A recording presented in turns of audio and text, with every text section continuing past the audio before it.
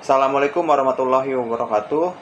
Saya Aji Bayu Nugroho dengan NIM 22106119298. Saya dari kelas I mata kuliah Hukum Lingkungan dan Climate Change yang diajar oleh Pak Rizky Yuda SHMH selaku dosen pengampu. Saat ini saya ingin membuat video untuk memenuhi ketentuan UTS dan saya akan membahas ini.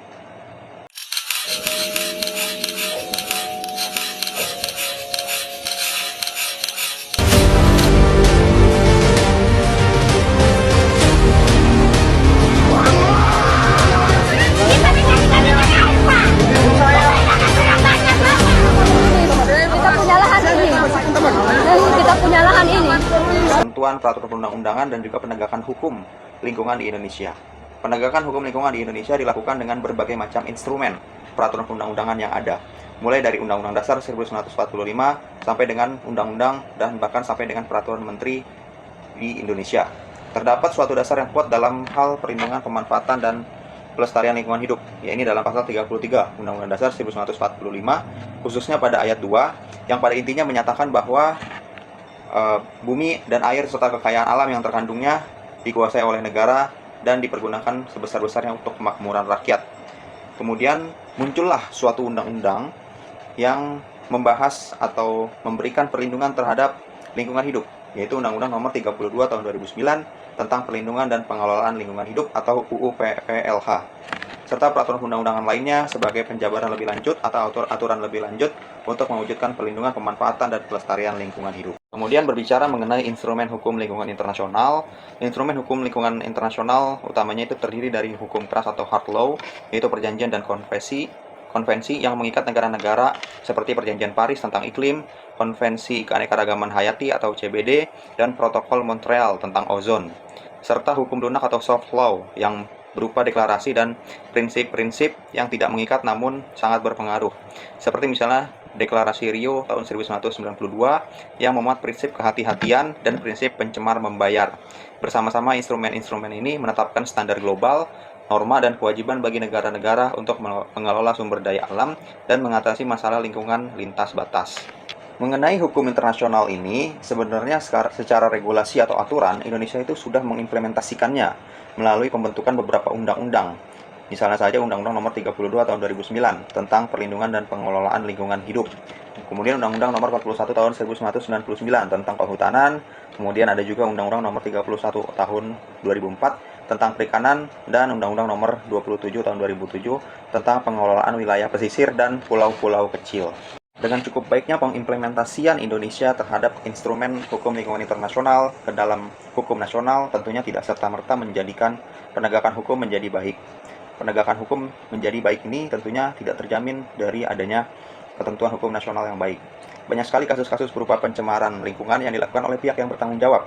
Mirisnya lagi, lembaga yang memiliki otoritas atau kewenangan untuk bisa melakukan pengawasan dan penindakan terhadap pelaku yang tidak bertanggung jawab tersebut tidak melakukan tindakan yang seharusnya atau tidak melakukan tindakan tegas untuk mengatasi perbuatan tersebut.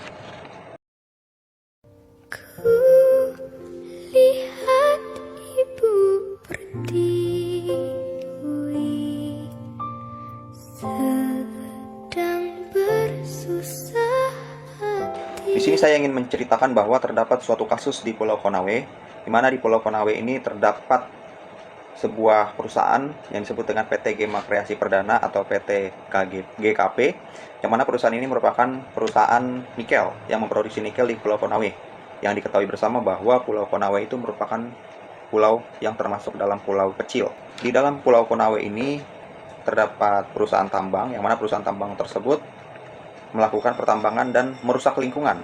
Dan dari aktivitasnya ini tidak ada dari otoritas, tidak ada lembaga yang memiliki otoritas yang melakukan tindakan terhadap perusahaan tersebut. Bahkan cenderung memihak kepada perusahaan tambang tersebut. Adanya perusahaan tambang tersebut bukan memberikan angin segar bagi masyarakat, melainkan memberikan suatu permasalahan baru, di mana masyarakat mengalami dampak dari tercemarnya lingkungan akibat aktivitas pertambangan tersebut. Mulai dari lingkungan perairan sungai yang tercemar yang menjadi berwarna coklat sehingga masyarakat tidak lagi bisa memanfaatkan untuk mencari keuntungan dan juga sebagai media kehidupan sehari-hari. Kemudian dari situ warga pun mulai melakukan aksi unjuk rasa secara langsung dengan mendatangi langsung kegiatan pertambangan dan memprotes tindakan-tindakan pelaku usaha tambang tersebut yang telah merugikan mereka dengan cara mencemarkan lingkungan. Tetapi yang didapatkan bukanlah simpati dari perusahaan, melainkan kriminalisasi yang dialami oleh warga, di mana warga ada yang dilaporkan oleh perusahaan dan sampai akhirnya diproses oleh kepolisian Konawe. Karena semakin masifnya aktivitas pertambangan yang merusak dan mencemari lingkungan di Konawe, juga tidak ada langkah yang tegas dari pemerintah untuk itu, baik itu pemerintah pusat maupun pemerintah daerah, membuat warga melawan melalui jalur pengadilan. Warga menyadari bahwa Pulau Konawe merupakan pulau kecil yang seharusnya tidak boleh ada aktivitas pertambangan di sana. Akhirnya warga melakukan uji material terhadap peraturan daerah Kabupaten Konawe, Kepulauan Nomor 2 tahun 2021 tentang Rencana Tata Ruang Wilayah Kabupaten Konawe, Kepulauan tahun 2021 sampai dengan tahun 2041, yakni pasal 24 huruf D, pasal 28 dan pasal 36 huruf C, yang pada intinya memasukkan peruntukan kawasan pertambangan dan energi di Kecamatan Wawoni Tenggara dalam Peraturan Daerah Kabupaten Konawe, Kepulauan Nomor 2 tahun 2021 tentang Rencana Tata Ruang Wilayah Kabupaten Konawe, Kepulauan tahun 2021 sampai tahun 2041 terhadap pasal 4 huruf A, pasal 23 ayat 2 dan pasal 35 huruf K Undang-Undang Nomor 27 tahun 2007 tentang pengelolaan wilayah pesisir dan pulau-pulau kecil. Perjuangan warga yang melakukan uji material tersebut di Mahkamah Agung membuahkan hasil. Tatkala Mahkamah Agung mengeluarkan putusan nomor 57/P/KM/2022 yang mengabulkan permohonan keberatan hak uji material dari Perda kepada Undang-Undang tentang pengelolaan wilayah pesisir dan pulau-pulau kecil tersebut. Melalui putusan ini memberikan angin segar kepada warga untuk bisa bangkit dan menuntut perusahaan agar melakukan perbaikan lingkungan yang telah dirusaknya. Dari kasus tersebut dapat dianalisa bahwa terdapat prinsip-prinsip hukum lingkungan internasional yang dilanggarnya. Misalnya saja prinsip pembangunan berkelanjutan, yaitu tidak cermat dalam mempertahankan lingkungan di masa depan. Sebaliknya justru malah menghancurkan lingkungan di masa depan. Dan yang kedua adalah prinsip kehati-hatian, yaitu prinsip di mana seharusnya upaya pencegahan benar-benar harus diutamakan dalam hal kegiatan pertambangan yang berpotensi merusak lingkungan, terkhususnya dalam pemerintah daerah Konawe yang tidak menerapkan prinsip ini dalam mengeluarkan suatu perda yang memperbolehkan perusahaan pertambangan beroperasi di pulau kecil, yaitu Pulau Konawe. Kemudian terdapat juga pelanggaran hukum internasional dalam kasus tersebut, yakni dalam Deklarasi Rio 1992, terkhususnya dalam prinsip 1 yang pada pokoknya menyatakan bahwa manusia sebagai makhluk hidup berperan dalam pembangunan berkelanjutan memiliki hak untuk bisa mendapatkan lingkungan yang sehat dan bersih.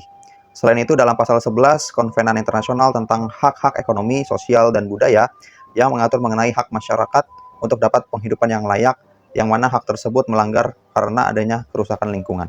Selain melanggar ketentuan-ketentuan hukum dalam hukum internasional lingkungan, melanggar juga ketentuan dalam hukum nasional, yakni dalam ketentuan Undang-Undang Nomor 32 Tahun 2009 tentang Perlindungan dan Pengelolaan Lingkungan Hidup atau UU PPLH dalam pasal 69 yang melarang setiap orang melakukan pencemaran dan atau perusakan lingkungan hidup sebagai upaya menjaga kelestarian dan keberlanjutan fungsi lingkungan. Selain itu, dalam pasal 109 dan pasal 110 juga mengatur sanksi pidana dan denda bagi setiap orang yang menjalankan usaha atau kegiatan tanpa memiliki izin lingkungan atau analisis mengenai dampak lingkungan atau AMDAL. Nah, negara juga bertanggung jawab atas perlindungan lingkungan hidup, yang mana bentuk dari pertanggungjawabannya itu dapat berupa tanggung jawab untuk mengatur atau responsibility to regulate. Kemudian yang kedua adalah tanggung jawab untuk melindungi, responsibility to protect.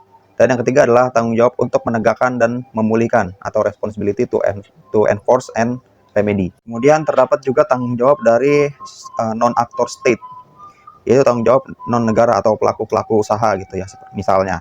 Nah, itu dapat berupa kewajiban hukum atau legal compliance, atau wajib mematuhi semua hukum dan peraturan nasional termasuk mendapatkan izin yang sah, melakukan reklamasi, dan mematuhi baku mutu lingkungan. Kemudian tanggung jawab untuk menghormati HAM, responsibility to respect human rights, berdasarkan prinsip-prinsip panduan PBB tentang bisnis dan hak asasi manusia. Kemudian ada juga tanggung jawab sosial dan lingkungan, atau corporate social responsibility atau CSR. Dalam kasus ini, itu hanya terjadi di Pulau Konawe, yang mana tidak sampai negara luar, dan juga air yang tercemar itu merupakan air sungai yang ada di pulau tersebut, dan lautnya itu tidak sampai ke negara luar, atau tercemarnya tidak sampai ke negara luar, sehingga kasus ini tidak atau bukan merupakan kasus pencemaran lintas batas. Opini pribadi saya mengenai kasus ini, Sebetulnya kalau misalnya kita lihat bahwa dalam kasus tersebut itu memiliki dampak yang sangat fatal, itu lingkungan menjadi rusak. Tentunya dalam kasus ini kita bisa menyalahkan bahwa ini merupakan tanggung jawab dari perusahaan. Tapi kalau menurut saya ini bukan tanggung jawab dari perusahaan semata, melainkan ini juga sebagai bentuk dari tanggung jawab pemerintah kita, baik itu pusat maupun daerah, khususnya daerah dalam kasus ini. Di mana seharusnya Pulau Konawe itu dianggap sebagai pulau kecil, yang mana menurut undang-undang itu tidak diperbolehkan adanya aktivitas pertambangan di sana. Namun dalam kasus ini, pemerintahan daerah itu justru malah membuat peraturan daerah yang memperbolehkan adanya usaha atau kegiatan pertambangan di Pulau Konawe tersebut.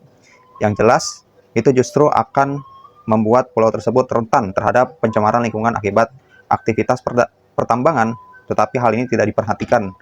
Nah, ini menurut saya suatu persoalan yang sangat serius, di mana di sini justru ada peran dari pemerintah secara tidak langsung yang mengakibatkan lingkungan menjadi tercemar. Saran saya, seharusnya pemerintah, khususnya pemerintah daerah, memperhatikan dengan penuh dan seksama bahwa ada undang-undang yang tidak memperbolehkan adanya aktivitas pertambangan di Pulau Konawe. Seharusnya ini menjadi landasan atau pegangan yang harus dipegang teguh oleh pemerintah daerah dalam hal menentukan kebijakan ke depannya. Jangan sampai abai terhadap ketentuan-ketentuan yang sudah ada dalam undang-undang yang itu bertujuan untuk melindungi lingkungan. Kedepannya, saran dari saya, sebelum membuat suatu peraturan atau aturan di daerah, penting sekali dilakukan kajian-kajian yang sangat mendalam dan seksama untuk melihat apakah aturan-aturan ini akan memberikan keuntungan kepada rakyat atau memberikan beban kepada rakyat. Sekian saja dari saya, kurang lebihnya mohon maaf. Wassalamualaikum warahmatullahi wabarakatuh.